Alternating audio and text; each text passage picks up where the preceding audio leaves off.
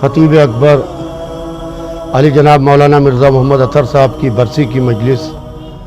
25 فروری بروز اتوار لکھنؤ کے حسینیہ آصف الدولہ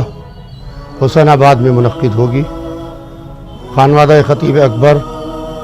آپ تمام حضرات سے گزارش کرتا ہے کہ کثیر تعداد میں اس برسی کی مجلس میں شرکت کریں۔ میں خانوادہ خطیب اکبر کی جانب سے حضرات علماء کرام سے، واعظین سے، ذاکرین سے، انجمن ہائے ماتمی کے ذمہ داران سے، مدارس عربیہ کے ذمہ داران سے،